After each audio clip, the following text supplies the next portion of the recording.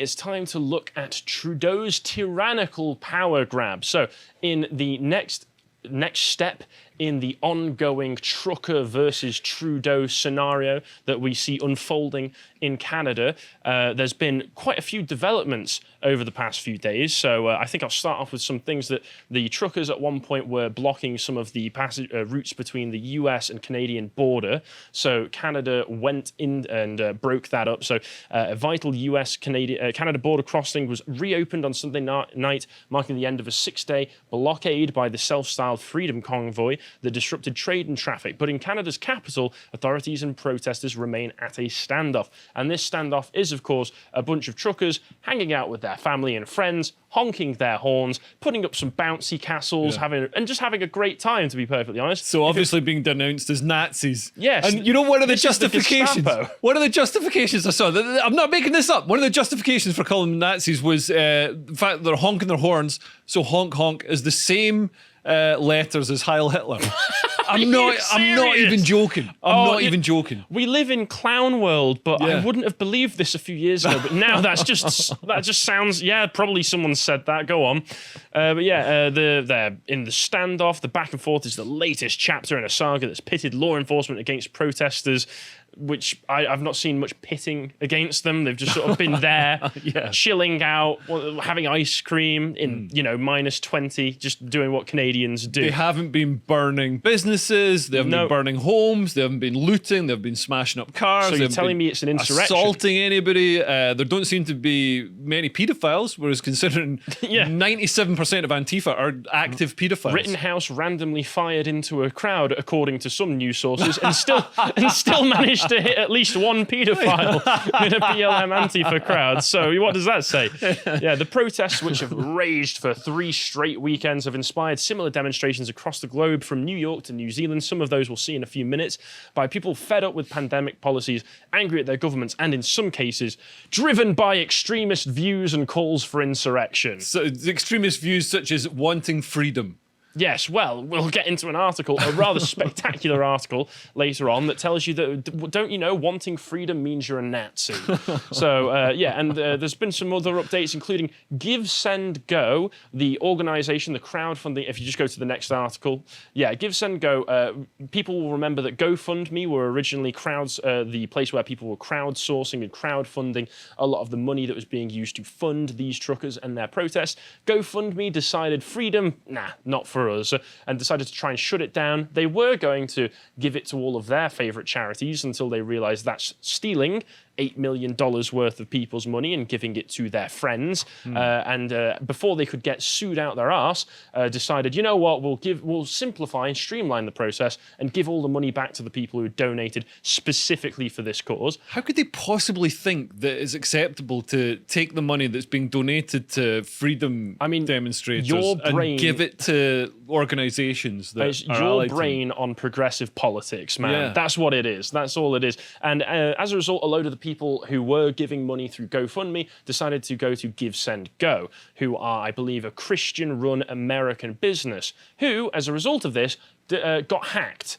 I can only assume, and this is just a theory, but I can only assume by Justin Trudeau personally. So what they did was they did this horrible, cringy thing where they took a clip of Frozen 2 and the song Into the Unknown and displayed it on the site with a manifesto scrolling over the video, condemning the website and the Freedom Convoy. A file was posted which was allegedly containing tens of thousands of names of the donors to the Freedom Convoy. So they didn't just want to stop you from being able to donate, they wanted to dox you for having donated in the first place. Shortly after the hack was noticed and began trending on social media, the website was restored, and as of the time of the publication of this article, it appears that Give, Send, Go has corrected for the hack. And I just want to read through some of the writing that was put up on the website, because it's utter cringe. Attention, Give, Send, Go, grifters and hatriots. The Canadian government has informed you that the money you assholes raised to fund an insurrection is frozen. TD Bank has frozen several accounts. You helped fund the January 6th insurrection in the US, citation needed. You helped fund an insurrection in Ottawa. In fact, you are committed to funding anything that keeps the raging fire of misinformation going until it burns the world's collective democracies down. On behalf of the sane people worldwide that want to continue living in a democracy, I'm now telling you that Give, Send, Go is frozen. Hence the Frozen 2 video. It's just awful cringe, isn't it?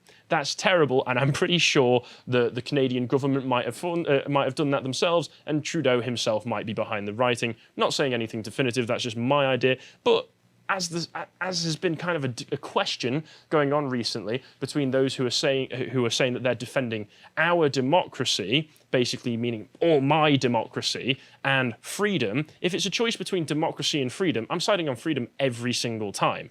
And there's nothing you can do to stop me. And of course, just a reminder that Justin Trudeau thinks that if you are funding these truckers or supporting these truckers, that you are a racist misogynist. If we move along, there's just this interview that he did in French where he says that people who are anti-vaxxers, as is the new definition of anti-vaxxers, they're extremists who don't believe in science and they are often racist and misogynist. And bear in mind being a noted misogynist yourself, Leo, what do you think of this statement? Well, some of although I've got a certificate proving that I'm not racist, but I think this is ridiculous because some of the groups that are most resistant, most hesitant to vaccines are people of colour. Because they've traditionally been dealt a poor hand by the government. Especially in North America. So, yeah, particularly when it comes to things like diseases and medical testing and things like that. So, you can understand why they'd be hesitant. And he's saying they're racist? Yeah, they're the racists? Yeah, apparently so. I mean, Democrats, I know obviously Trudeau's the head of the Liberal Party in Canada, but Democrats are desperate for people to forget that the whole point of Planned Parenthood was a soft form of eugenics for black people back in the day. So, just throwing that out there, Mr. Trudeau. Yeah. And now Trudeau is threatening you and your children as well. So let's just play this clip of him speaking to the Canadian people. So make no mistake, the border cannot and will not remain closed. I want to remind everyone that politicians don't direct police in a democratic society, but I can assure you that the RCMP is working with provincial and local police departments to enforce the law. Everything is on the table because this unlawful activity has to end, and it will end. Of course, I can't say too much more now as to exactly when or how this ends because unfortunately we are concerned about violence. So we're taking every precaution to keep people safe. What violence? But the absolute safest way for this to end is for everyone to return to your communities now.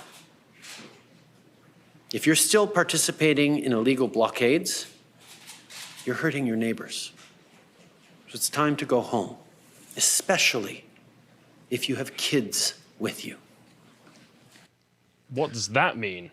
So it's quite an ominous. Yes. It's like watching the president of Belarus or somebody giving a speech. It's and like bear in mind, Trudeau spoke up in defence of the farmers who did the exact same thing in India, blockaded. I think it was Delhi. But he also has given praise to China's dictatorship before, which is evidently something that he is trying to emulate here. Yeah. Because what does it mean when you say, it's going to be the safest measure if you just go home, especially if you have kids? Yeah. That's a threat to violence. Yeah. And also the statement of, we politicians don't control the police, except we are going to control the police to get rid of you. Yeah, he said it like, we don't, but we do.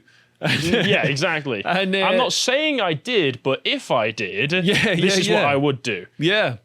And it's ominous. And all he needs to do is go down there, speak to them, acknowledge them. Well, all he needs understand to do, that it's a democracy, and he doesn't just govern the people who voted for him. He governs, he speaks, he represents everybody in the country. And one of the cornerstones of democracy is the right to peaceful protest. Yeah. And as far as I can tell, honking your horn is not the same as Molotoving small businesses. Yeah. And if he agreed with the protest, it wouldn't be a protest. It would just be a picnic. You know what I mean? Yeah. I mean, the simplest way to get all of this gone without violence is for him to to give in to their demands and remove the restrictions that he was going to be placing, the COVID mandates, but he won't do that. Given that COVID is over because of Omicron and because everybody's been vaccinated, 85% of the truckers have been vaccinated. Everybody's like, oh, they're spreading medical misinformation. No, they just don't want a mandate. They don't want mandated, you know, and also it's unfair that the truckers coming across from America aren't subject to the same mandates. So they literally want freedom and they don't want state coercive medical mandates, which is a completely understandable thing to have. 85% of them have been vaccinated. They're not anti-vaxxers. Well, according to Trudeau, they are. But Trudeau has decided that he's going to try and get some even more tyrannical, draconian measures put in place and activated so that he is able to basically just sick them with the army, essentially. He's trying to invoke the Emergency Act, which has only been invoked one time in Canadian history in 1970 by, drumroll, Pierre Trudeau, his dad. So like father, like son, except his dad was actually doing it in response. Castro. Well, yeah, maybe. But his dad was doing it in response to an actual, like, I think, abduction of major political figures and terrorist attacks. So he at least had some kind of legitimate fear, whereas what these guys are giving, they're just giving people headaches. If you want to consider that violence, go ahead, but it's not. So Prime Minister Justin Trudeau has invoked the Never Used Emergencies Act to give his government enhanced authority in response to the anti-vaccine mandate protests and blockages gripping Canada. The law will grant Mr. Trudeau's government extraordinary powers for 30 days, including the power to prohibit public assembly, travel, and the use of specific property. So he's taking the kiddie gloves off and going full fascist here. The Emergency Act, passed in 1988, bestows the government with added powers in times of national crisis. The situation must meet a high bar, specifically an urgent and critical situation that seriously endangers the lives, health, or safety of Canadians. So it doesn't endanger the lives because they're peaceful. It doesn't endanger the health because, you know... They're not saying don't take the vaccine. Exactly. They're just saying don't make it a... Which is probably something that's going to encourage more people to take the vaccine because it's like, don't make it a state mandate. Don't force people. Don't turn it into a political issue. Psychological reactance and people don't want to do the thing you're forcing them to do. And it's not affecting the safety of Canadians. Might be making some of the Amazon deliveries a bit slower, but you know, that's a protest. I'm sure you can live without your one-day delivery. The Cabinet may only invoke the legislation if the emergency cannot be addressed by any existing federal law, and if it exceeds the capacity of the provinces to handle it effectively. The situation must be considered a threat as defined by the Canadian Security Intelligence Service Act. This outlines 4 possible scenarios. Espionage or sabotage. So unless you consider the American truckers coming over espionage, no. Foreign influenced activities. I mean, there's lots of support, but that's not really influence. Although they have some of the, I think CBC claimed that Russia was behind. Oh, of course, it's always Russia. Threats. So sounds like a conspiracy theory to me. Yeah, it does. Threats or use of acts of serious violence for political, religious, or ideological objectives, or covert unlawful acts intended to undermine or overthrow the constitutionally established government. So there's why you can see why they've been trying to call it an occupation, why they're trying to frame it as they're trying to overthrow the government because it gives them the right to use this. But it's even the BBC note here, it's so far unclear which scenario Mr. Trudeau will rely on to justify the use of the Emergency Act. None of these 4 scenarios have been clearly present in Ontario. So even the BBC are like, that's a bit of a stretch there, mate. Come on. To invoke the law, the Prime Minister must also consult with the premiers of any impacted provinces. And if the Act does not, before putting the move before Parliament, if the Act does not pass a vote here, the proclamation will be revoked. So there is still a hope that the members of Parliament in Canada will just vote against this, although I'm aware that the Liberal Party, which Trudeau heads, currently has a majority. So whether that actually happens or not, we'll have to see.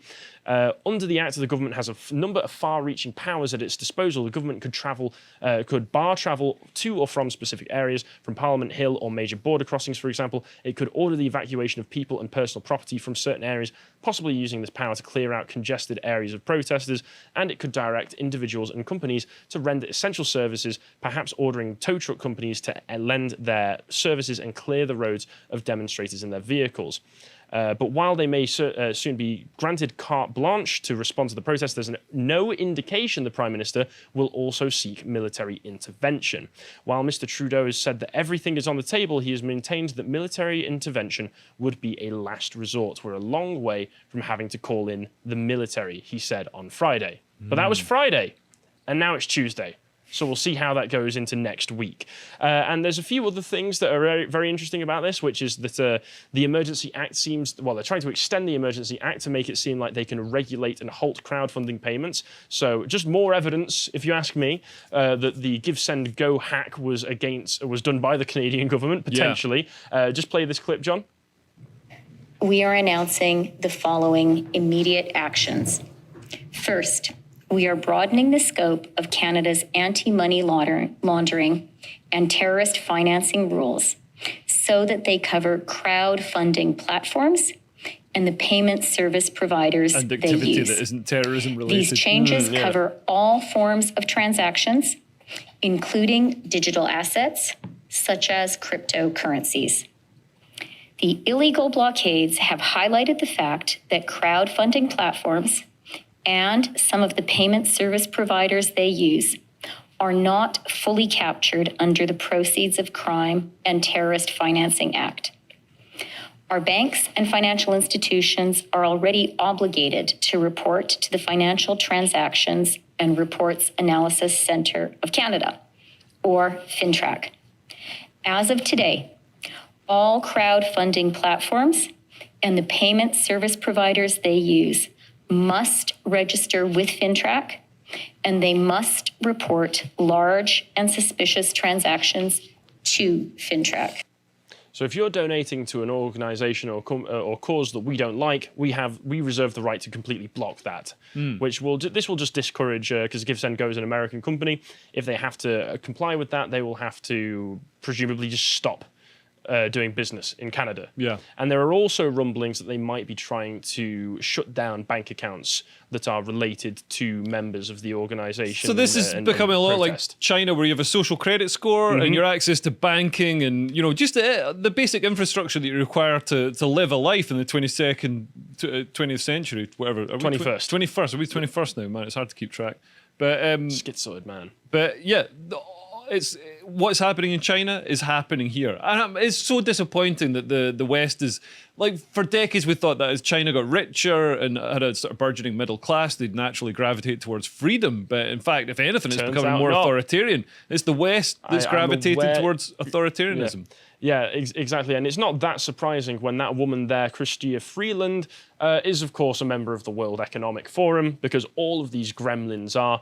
And we've got videos of Klaus Schwab saying about how at least half of the Canadian cabinet are his little gremlins. So it's not surprising that they're all going against freedom, seeing as that the World Economic Forum in particular has a very specific definition of freedom, which is you do what we tell you. And you can see how they're trying to change the definition of freedom completely in this next article. I was going to take a read through it, but I imagine Carl's probably going to have to look at this because it's just absolutely insane. John, if you just move along. Why the word freedom is such a useful rallying cry for protesters. The word has become common among far-right groups. Experts say, oh, thank goodness, the experts have waded in to let me know that if I want to be free, I'm actually a Nazi. Cheers. Thank you, experts. I will continue listening to everything that you have to say. They're kind of like the way all the meanings, the semantics of words completely changed from where it was 10 years ago. So, if I see somebody being called a racist or a transphobe or whatever, 10 years ago, I'd be like, whoa, oh my God, what, are they racist? Now I'm like, my first thing, I assume that they're not racist. I just got based. That's my response. Because it's become, it doesn't mean what it used to mean. It doesn't mean the dictionary definition anymore. No, they've stolen all meaning from it. So for the state media, the state, this is the Canadian Broadcasting Company. Canadian Broadcasting Company. This is their equivalent to the BBC, but it is actually tighter in with the government, and so it's basically their Pravda. And for them to be saying freedom is a right-wing thing, that's sort of, That just makes the right wing seem pretty cool, to be honest, if you ask me. Yeah, you know what I mean? I'm sorry, if authoritarianism and oppression is on the left wing, I might just be getting further right by the minute. Yeah, and but of course, this has all inspired a lot of other protests against vaccine mandates everywhere else across the world. If we move along, we can see in New Zealand, for Bernie's tweets, you've got a bunch of Maori guys protesting vaccine mandates and doing Maori war dances. More racist, presumably, according to Trudeau. They must be. Jacinda Ardern's Must have a lot of internalized racism. Obviously, that must be it. Even though they're doing their traditional war dances, which, to be honest, is pretty awesome. This is the kind of energy you want to see at these protests. And the most notorious country for saying F you to the establishment and the ruling class, France, has been rising up as well. France has been under some pretty strict mandates for the past few months. You've seen protests where, if you're not allowed in a shop or something or a cafe, they'll just sit outside and just have their food there. But recently, they've been having their own freedom convoy where they've been blocking traffic and just basically trying to emulate some of the stuff that the Canadians have been doing, which makes sense. French Canada, they've got a bit of blood there. And the French police have not been very happy with it. And I can only say that what if you just go along into some of these clips of what's been happening in Paris. No, John, if you just move to the next, They've got tanks there. This is what's going to be happening next week in Canada. I'm calling it right now. This is what's going to happen. Tanks on the streets of Paris, armoured vehicles with police coming out to try and direct you to comply, citizen. And then there's more where just move along to the next one. Drew Hernandez on Getter posting. Just play a bit of this clip. Yeah, you can see here. Jesus. Just beating people in the street, the police. Macron stormtroopers. Mm-hmm.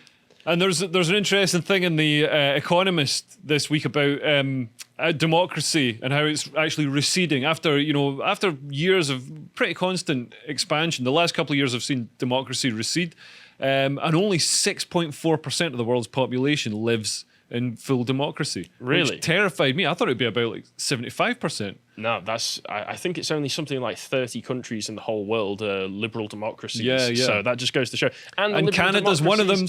And France is another one. So we're losing.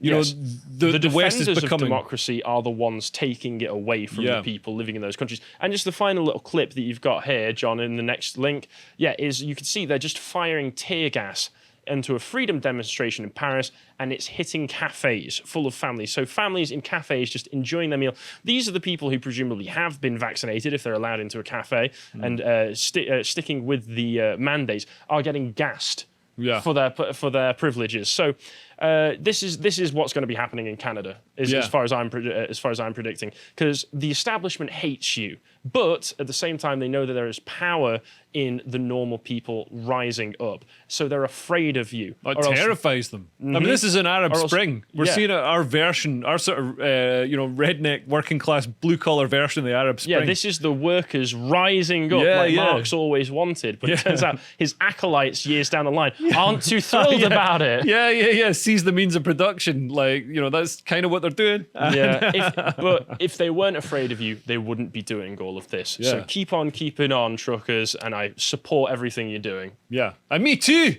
you enjoyed that segment from the podcast, The Lotus Eaters, you can go to lotuseaters.com to get access to all the premium content we have on the site, such as the Contemplation series that Josh does, and as you can see here, this is on good leadership and what makes a good leader. But if you want to find out what else Josh is bringing out, you can always follow him on Getter at @JoshFirm. Thank you and goodbye.